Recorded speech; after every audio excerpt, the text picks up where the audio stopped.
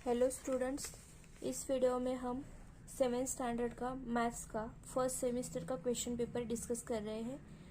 तो मैंने पहले ही क्वेश्चन 4A तक डिस्कस किया है, जिसके 2 वीडियो चैनल पे अपलोड किए हैं।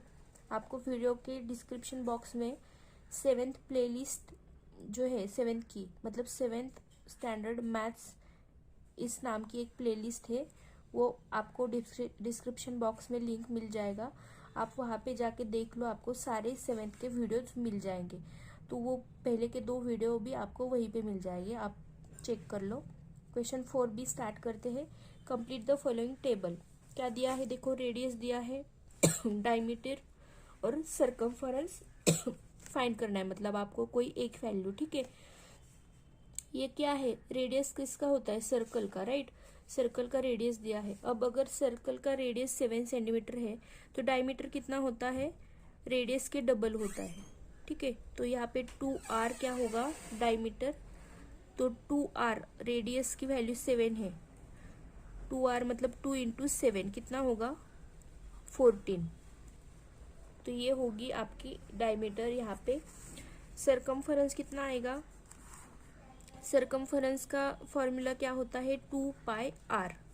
ठीक है, तो फर्स्ट r की वैल्यू क्या है, फॉर r की वैल्यू 7 और पाई की वैल्यू कितनी होती है, 22/7। ये आपको याद ही रखनी है हर टाइम। ठीक है, मतलब आपको कहीं पे दिया जाएगा कहीं पे नहीं दिया जाएगा वैल्यू। तो 2 पाई की वैल्यू 22/7, r की वैल्यू है 7। तो ये 7 कैंसिल हो गए, कितना होगा ये 2 इंटू 22 कितना होगा 44। तो 44 सेंटीमीटर आपका सरकमफेरेंस आ गया। ठीक है, अभी यहाँ पे देखो डायमीटर कितना दिया है, सेकेंड एग्जाम्पल में डायमीटर इज 28 सेंटीमीटर। तो रेडियस जो होता है ना वो डायमीटर के हाफ होता है। ठीक है,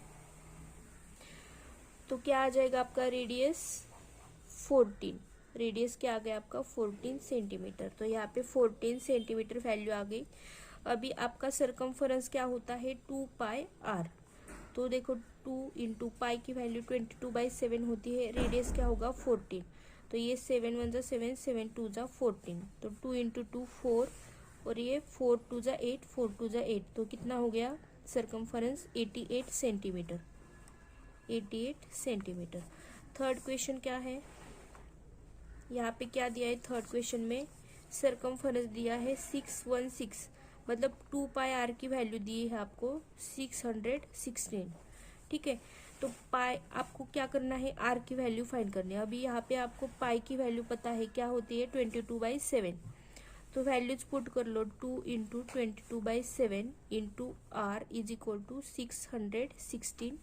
तो r की वैल्यू फाइंड करनी है, तो ये सारी वैल्यूज दूसरी साइड लेके जाओ।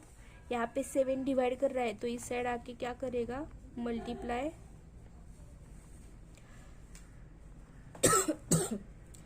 616 इंटू 7 हो जाएगा यहाँ पे। ठीक है, r की वैल्यू फाइंड करनी है, तो ये 616 इंटू 7। अभी ये 2 इंटू 2 22, ये क्या कर रहे हैं यहाँ पे मल्टीप्लाई कर रहे हैं r को। तो इस साइड आके क्या करेंगे, दोनों डिवाइड करेंगे। तो मैंने सारे नंबर्स एक साइड लेके आ गई r की वैल्यू निकालने के लिए। अभी जो भी नंबर से आप डिवाइड कर सकते हो कर लो यहाँ पे। ठीक है, कितना हो जाएगा देखो, 2 से डिवाइड कर लो, 2 3 जा 6, 2 0 0 बचा 1, 1 पे आए 6, 16 हो गए, 2 8 जा 16। 308 को 22 से डिवाइड किया जा सकता है, 22 1 जा 22, 22 1 जा 22, बचे 8, 8 पे आया 8, 88 हो गया, 22 4 जा 88। तो यहाँ पे क्या आ गया 14। r इज इक्वल टू कितना हो जाएगा 14 इंटू 7। तो r की वैल्यू क्या आ जाएगी आपकी 14 इंटू 7 कितना होगा,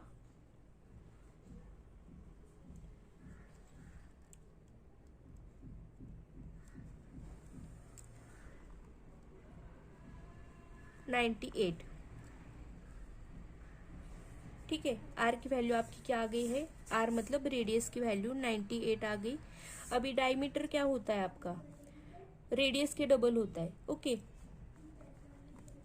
यहाँ पे कंफ्यूज नहीं होना है। आप बोलोगे मैडम यहाँ पे आपने बोला radius is d divided by 2, यहाँ पे बोल रहे हो d is equal to 2r, तो ये कुछ नहीं है, थोड़ा सा मतलब d is equal to 2r है, ठीक है। तो r की वैल्यू क्या होगी, r निकालना है तो क्या करोगे आप, 2 को इस साइड लेके आओगे, 2 क्या करेगा इस साइड आके डिवाइड करेगा, तो d डिवाइडेड बाई 2 हो जाएगा।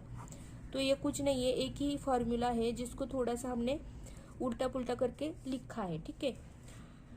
तो ये हो गया आपकी रेडियस, सर्कमफरेंस है पता आपको, डायमीटर निकालना है तो डायमीटर क्या होता है 2r, तो 2 इंटू आर की वैल्यू क्या है 98, तो ये मल्टीप्लाई कर लो, कितना हो जाएगा 196 सेंटीमीटर। तो आपके डायमीटर क्या आया 196 सेंटीमीटर, ठीक है। इस तरह से वैल्यूज आपकी आ जाएगी। क्वेश्चन 5 देखो,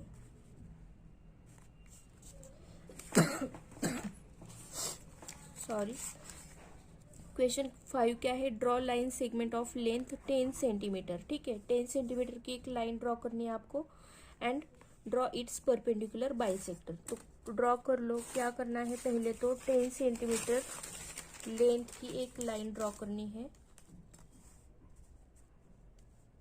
10 सेंटीमीटर आपको स्केल पे लेना है डिस्टेंस, देखो यहाँ पे 10 है और यहाँ पे 0,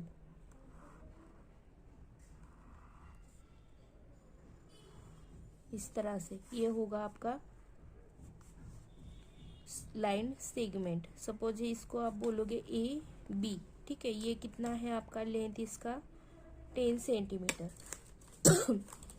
आपको क्या करना है, इसका परपेंडिकुलर बाइसेक्टर ड्रॉ करना है। तो जब आपको किसी लाइन का परपेंडिकुलर बाइसेक्टर ड्रॉ करना होता है तो क्या करना पड़ेगा आपको, ये जो लाइन है ना उसका ना हाफ से ज़्यादा डिस्टेंस लेना है आपको, ठीक है।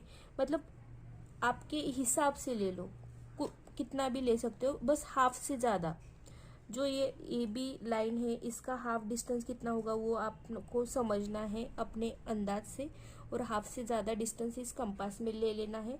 इसके बाद आपको पॉइंट बी पे कंपास रख के ऊपर की तरफ एक आर्क ड्रॉ कर लेना है, सेम नीचे की तरफ एक आर्क ड्रॉ कर लेना है। उसके बाद ए पे कंपास रख लो, ऊपर की तरफ आर्क ड्रॉ कर लो, नीचे की तरफ आर्क ड्रॉ कर लो, ठीक है। तो इस तरह से आपने आर्क ड्रॉ कर लिया। जो यहाँ पे पॉइंट मिला ना आपको, इसको बोलो पॉइंट पी, और ये पॉइंट है आपका क्यू, और इन दोनों पॉइंट्स को क्या कर लो, ज्वाइन कर लो।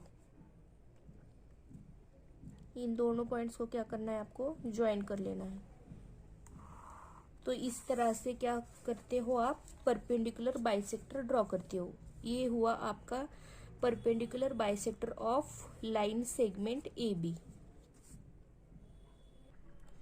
सेकेंड क्वेश्चन क्या है, draw triangle with measure given below. Triangle दिया है आपको ए बी सी, मेजर दिया है line A B is 6 centimetre, B C 5 centimetre, A C 4.5 centimetre.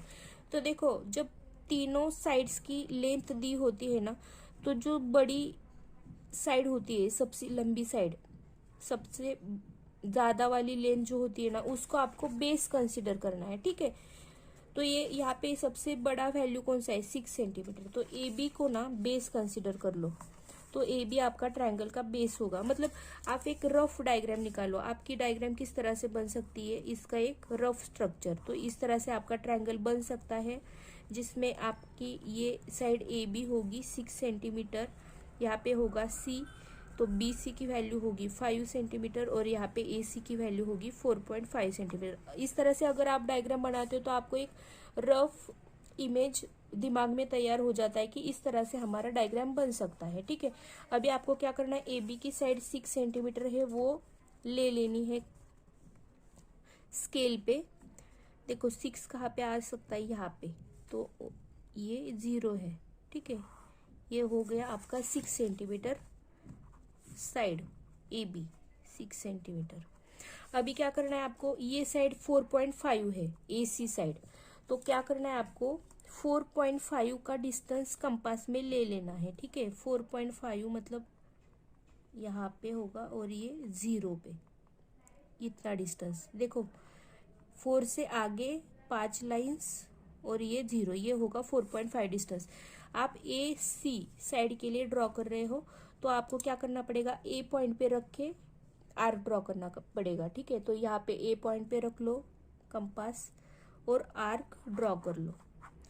ये किया आपने ए सी साइड के लिए। अभी बी सी साइड देखो कितना है, 5 सेंटीमीटर। तो आपको कंपास में 5 सेंटीमीटर डिस्टेंस लेना है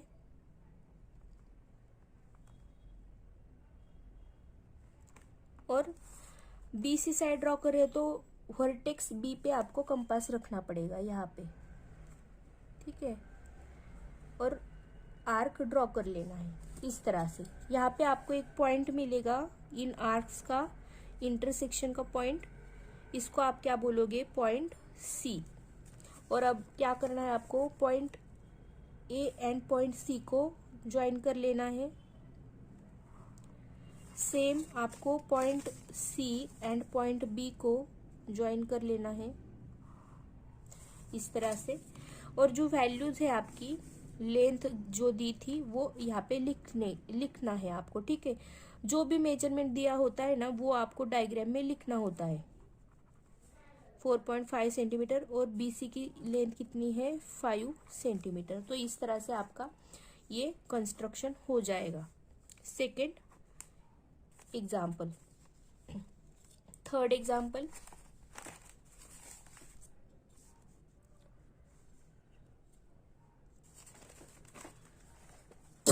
ये सेकंड एग्जाम्पल था। थर्ड एग्जाम्पल ले लेते हैं हम।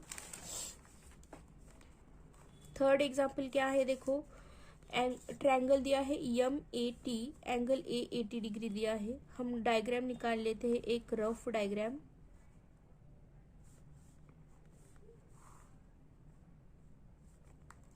ये एंगल ए है 80 डिग्री। यहाँ पे एम ए और 80 की वैल्यू दी है। जो सबसे लंबा साइड जो होता है वो बेस पे रखो, ऐसा मैंने बोला था आपको। यहाँ पे कौन सा है, 6 सेंटीमीटर, तो 80 को बेस पे रखो, यहाँ पे यम साइड रखो। ठीक है, यम वर्टेक्स रखो। तो यम ए की वैल्यू क्या है, 5.5 सेंटीमीटर। रफ डायग्राम निकाल रहे हैं हम। 80 की वैल्यू क्या है, 6 सेंटीमीटर। अब निकाल लो, क्या करना है, पहले तो बेस लाइन ड्रॉ करना होता है आपको सबसे पहले। तो 6 सेंटीमीटर बेस आप ड्रॉ कर लो इस तरह से। ठीक है,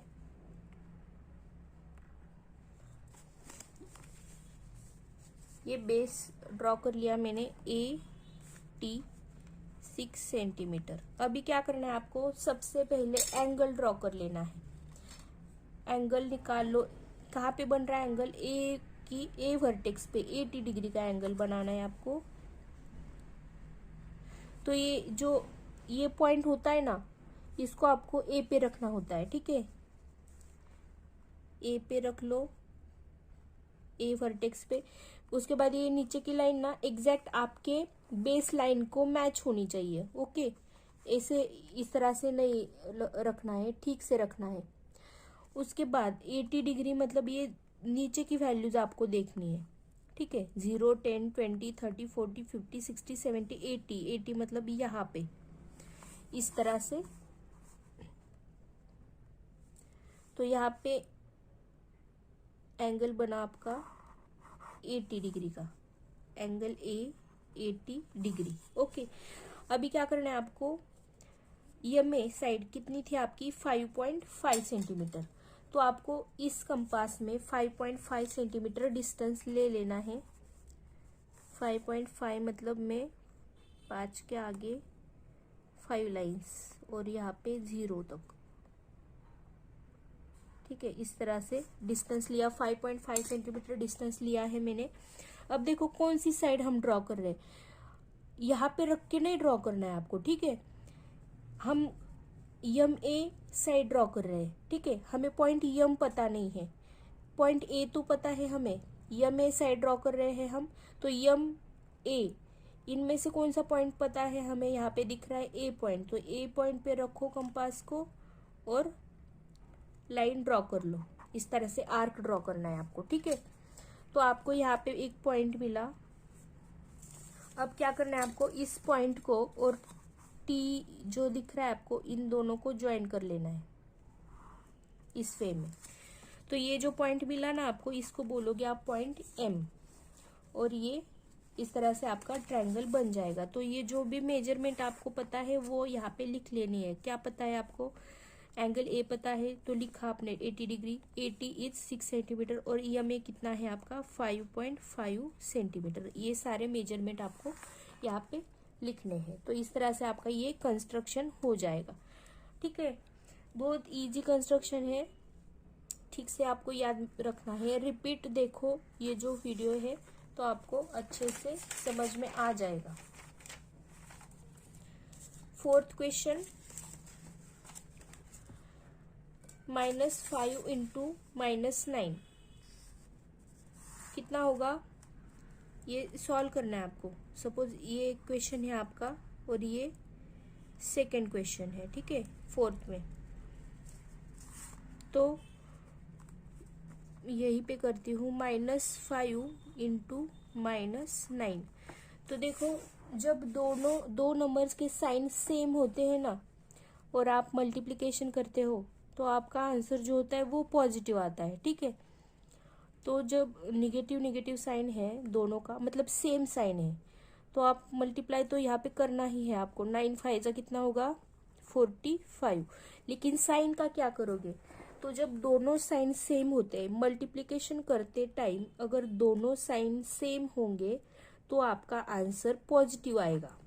ठीक है, और अगर दो साइन जो है वो डिफरेंट होंगे, अगर आपके साइन डिफरेंट है तो आपका आंसर निगेटिव आएगा। यही दो रूल्स आपको याद रखने हैं मल्टीप्लिकेशन करते टाइम। क्या है रूल्स?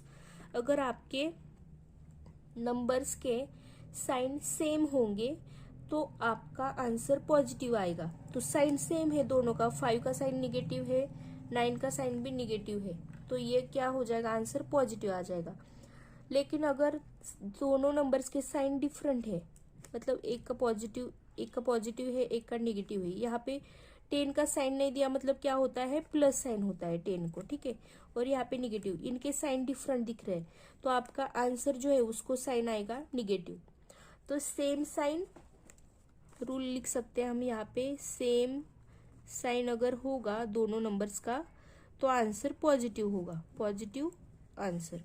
और डिफरेंट साइन अगर होंगे, साइन डिफरेंट होंगे तो निगेटिव आंसर आएगा आपका। ठीक है, तो यहाँ पे 12 इंटू 10 कितना होता है 120, और आपका साइन क्या आएगा, निगेटिव साइन। फिफ्थ क्वेश्चन क्या है, find the HCF of 25 and 40। तो देखो 25 एंड 40 का HCF फाइंड करना है हमें। डिवीजन मेथड यूज करते हैं या फिर फैक्टराइजेशन मेथड। तो क्या करते हैं हम, मैं इजी वाली मेथड आपको बताती हूँ। यहाँ पे HCF फाइंड करना है 25 एंड 40 का, तो क्या कर लो, 25 और 40 को इस तरह से लिख लो। ठीक है, इस तरह से, मतलब एक ही टेबल बनाना है, एक ही टाइम पे आप HCF फाइंड कर सकते हो। यहाँ पे अभी क्या करना है आपको, ठीक से सुनो। जो भी नंबर होगा जिससे इन दोनों नंबर्स को डिवाइड किया जा सकता है, वही नंबर आपको लेना है HCF फाइंड करते टाइम। मतलब कॉमन डिवाइजर लेना है इन दोनों का, ऐसा नंबर लेना है जो इन दोनों नंबर्स को डिवाइड करता हो। ठीक है, तो 2 से डिवाइड कर सकते हो क्या 25 को? नहीं। 40 को डिवाइड कर सकते हो क्या? हाँ। लेकिन आपको कौन सा नंबर लेना है जो दोनों को डिवाइड करे। 3 से 25 को भी डिवाइड नहीं होगा, 40 को भी डिवाइड नहीं होगा। 5 से होगा क्या? तो होगा। देखो, जो नंबर ले रहे हो या आप यहाँ पे डिवाइड करने के लिए, वो नंबर प्राइम नंबर ही होने चाहिए। ठीक है, ये याद रखो। तो मैंने फर्स्ट प्राइम नंबर क्या होता है 2 से चेक कर लो, दोनों को डिवाइड किया जा सकता है क्या। 3 से प्राइम नंबर लिखती हूँ यहाँ पे, 2 3 5 7 11 13, इस तरह से प्राइम नंबर होते हैं।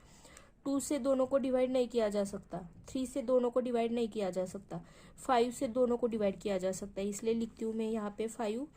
डिवाइड कर लो 25 को 5 से डिवाइड करोगे तो क्या बचेगा 5। क्वेश्चन जो आएगा वो नीचे लिखना है। 40 को 5 से डिवाइड करोगे तो क्या आएगा 8, तो उसको यहाँ पे लिखना है। ठीक है, अभी फिर से सोचो, कोई ऐसा नंबर है क्या जिससे 5 को भी डिवाइड किया जा सकता है और 8 को भी डिवाइड किया जा सकता है? तो ऐसा कोई कॉमन नंबर नहीं है जो दोनों को डिवाइड करेगा, इन दोनों नंबर्स को। तो यहीं पे स्टॉप करना है आपको। आपका HCF क्या आ गया? 5 आ गया। ठीक है, तो HCF ऑफ 25 एंड 40 इज, किस तरह से लिखते हो आप? 25 एंड 40 का HCF इज इक्वल टू 5। ठीक है, बहुत इजी है। जो कॉमन डिवाइजर मतलब जिस नंबर से इन दोनों को डिवाइड किया जा सकता है, लेकिन दोनों को डिवाइड किया जाना चाहिए, मतलब कॉमन डिवाइजर चाहिए दोनों का। तो 5 कॉमन था, इसलिए मैंने 5 ले लिया। ठीक है, 6th क्वेश्चन क्या है? 6th क्वेश्चन देखो, the LCM and HCF of two numbers are 432 and 72 respectively. If one of the number is 216, what is the other number? ठीक है, तो देखो इसका बहुत इजी फॉर्मूला है, LCM into HCF is equal to product of two numbers. Product of two numbers, अगर दोनों number का प्रोडक्ट लेते हो आप, तो वो कितना होता है आपका? इक्वल होता है HCF इंटू LCM के। ठीक है, ये HCF और LCM किसका होता है? इन्हीं दो नंबर्स का होता है। ठीक है, तो आपको दिया है यहाँ पे LCM and HCF is, LCM क्या दिया है आपको? 432, HCF क्या दिया है? 72, एंड एक नंबर क्या दिया है आपको? 216, मतलब 216 मतलब 216। ठीक है, तो दूसरा नंबर पता नहीं है तो उसे मैं x कंसिडर करती हूँ। ओके, ये आपके दो नंबर से, सपोज पहला नंबर तो पता है आपको, दूसरा पता नहीं है, इसलिए उसको x कंसिडर किया। तो ये जो फॉर्मूला है उसमें वैल्यूज पुट करते हैं हम। LCM into HCF that is 432 into 72 is equal to क्या होता है? प्रोडक्ट ऑफ टू नंबर्स, मतलब जिन दो नंबर्स का आप LCM HCF निकालते हो उनका प्रोडक्ट लेना है। प्रोडक्ट यानी मल्टीप्लीकेशन। तो फर्स्ट नंबर आपको पता है 216 है, और दूसरा नंबर पता नहीं है, तो उसको हमने क्या कंसिडर किया था? A कंसिडर कर लो, क्योंकि यहाँ पे मल्टीप्लीकेशन का साइन है, तो एक्स और मल्टीप्लीकेशन के साइन में कंफ्यूजन ना हो, इसलिए मैंने A कंसिडर कर लिया। ठीक है, अभी आपको A की वैल्यू निकालनी है, तो ये 216 को इस साइड लेके आओ। 216 यहाँ पे क्या कर रहा है? मल्टीप्लाई, इस साइड आके क्या करेगा? डिवाइड करेगा। तो क्या हो जाएगा? 432 into 72 divided by 216 is equal to A। तो 216 से डिवाइड करो। अभी देखो यहाँ पे 216 इंटू अगर 2 करोगे आप, 216 इंटू 2 करोगे तो क्या आ जाएगी वैल्यू? 432। इसका मतलब क्या हुआ? 216 से 432 को डिवाइड करोगे तो क्या आ जाएगा? 2 आ जाएगा यहाँ पे। तो 2 into 72 is equal to A। तो A की वैल्यू क्या आ जाएगी? 144। तो ये होगा आपका अदर नंबर। क्या होगा? 144। कोई नहीं, मैंने बस फॉर्मूला यूज किया है LCM इंटू HCF का। ठीक है, मतलब ये बेसिक फॉर्मूला है क्या? LCM into HCF is equal to product of two numbers. ठीक है, तो बहुत इजी है ये। 6th क्वेश्चन हो गया हमारा। 7th क्वेश्चन देखो क्या है। The radius of circular garden is 56 metre. ठीक है, सर्कुलर गार्डन है एक गार्डन, इसका रेडियस कितना है? 56 metre. What would it cost to put a 5 round fence around this garden at a rate of 50 rupees per meter? ठीक है, तो आपको क्या करना है? इसके ये जो आपका गार्डन है इसको आपको फेंस बनाना है। ठीक है, 5 राउंड का। ओके, मतलब आप किस तरह से बनाओगे? यहाँ से अगर शुरू किया आपने, एक राउंड करोगे, उसके बाद दूसरा राउंड, उसके बाद तीसरा round, 4th round and 5th round का आपको क्या करना है? फेंस बनाना है। तो आपको, आप यहाँ पे एरिया नहीं देख रहे हो, आप लंबाई देख रहे हो, मतलब लेंथ। अगर आपने यहाँ से चलना शुरू किया तो ये राउंड पूरा खत्म करके यहाँ पे आओगे तो आप कितना डिस्टेंस कवर करोगे? तो इसके लिए आप क्या करते हो? आपको साइड की लंबाई गिननी है इसकी, सर्कल की, तो इसको क्या बोलते हैं हम, सरकमफरेंस। ठीक है, सरकमफरेंस बोलते हैं। बस आप चलते जा रहे हो, फिर यहाँ से यहाँ पे आ गए, तो ये जो डिस्टेंस होता है इसको क्या बोलते हैं, सरकमफरेंस। इस तरह से 5 राउंड है। ठीक है, मतलब अगर वायर यहाँ से लगाते गए आप, एक राउंड कर लिया, फिर दूसरा राउंड कर लिया, इस तरह से 5 राउंड करने हैं वायर के, तो एक राउंड जो होता है ना उसको हम क्या बोलते हैं, सरकमफरेंस। राइट, सरकमफरेंस क्या होता है, सर्कल का सरकमफरेंस 2πr। लेकिन यहाँ पे कितने राउंड, एक राउंड मतलब 2πr, लेकिन कितने राउंड लगा रहे हैं यहाँ पे, 5 राउंड्स। तो आपको क्या करना पड़ेगा, 5 × 2πr करना पड़ेगा। ठीक है, तो जो आपका गार्डन है उसका फेंस का लंबाई कितना बनेगा, 5 × 2πr। तो वैल्यू पुट कर लो। आर की वैल्यू क्या दी थी आपको, 56। पाई की वैल्यू कितनी होती है, 22/7। तो 5 × 2 × 22/7 इंटू रेडियस क्या है, 56। तो जिस 7 से 56 को डिवाइड किया जा सकता है, देखो 7 8 × 56, तो मल्टीप्लाई कर लो, 5 2 × 10, और ये 22 × 8 कितना होगा,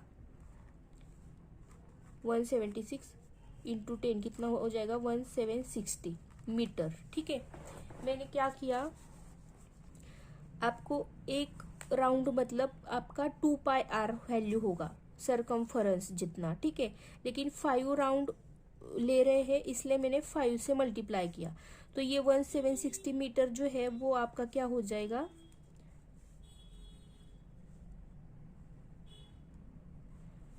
फेंस का लंबाई। ठीक है, आपका जो आप जो वायर लगा रहे हो उसका लंबाई 1760 मीटर होगा। यहाँ पे क्या दिया है, 50 रुपीज पर मीटर वैल्यू है, तो 1 मीटर का 50 रुपीज है, तो 1,760 जो मीटर लंबाई है उसका कितना होगा, तो आपको 50 से मल्टीप्लाई करना पड़ेगा। तो क्या आएगा value,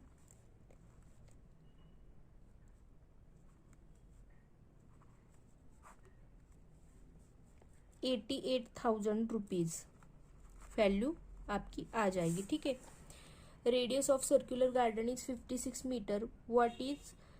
what would it cost to put a 5 round fence around this garden? तो देखो आपका जो गार्डन है ना उसके साइड से आपको वायर लगाना है या फेंस लगाना है बोलो, तो एक राउंड मतलब सरकमफरेंस की वैल्यू 2πr। इस तरह से 5 राउंड लगाने, इसलिए मैंने क्या किया, 5 × 2πr, तो आपको 1760 मीटर पता चल गया, आपको इतना लगेगा ये फेंस। ठीक है, तो 1 मीटर का 50 रुपीज़ है, तो इतने सारे मीटर लगेंगे, तो इसका कितना होगा, तो 50 से मल्टीप्लाई करना पड़ेगा, तो वैल्यू का क्या आएगा आपका, 88,000 रुपीज़। ये हुआ आपका 7th क्वेश्चन। अभी लास्ट क्वेश्चन देखो, find the total surface area of cubes having the side 7 centimetre. तो जो क्यूब होता है ना आपका, उसका सरफेस एरिया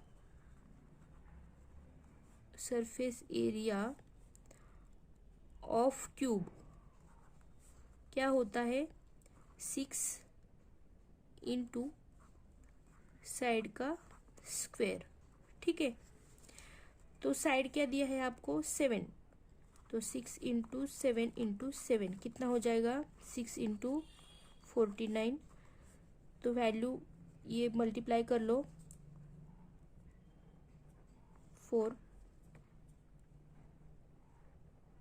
294 आ जाएगी वैल्यू। ठीक है, 294। अभी ये क्या था, एरिया मतलब हमें क्या करना होता है, यूनिट जो होता है वो स्क्वायर के फॉर्म में होता है, तो यहाँ पे सेंटीमीटर है, यूनिट क्या आ जाएगा आपका, सेंटीमीटर स्क्वायर। ठीक है, तो total surface area of cubes having the side 7 centimetre is क्या होगा, 294 सेंटीमीटर स्क्वायर।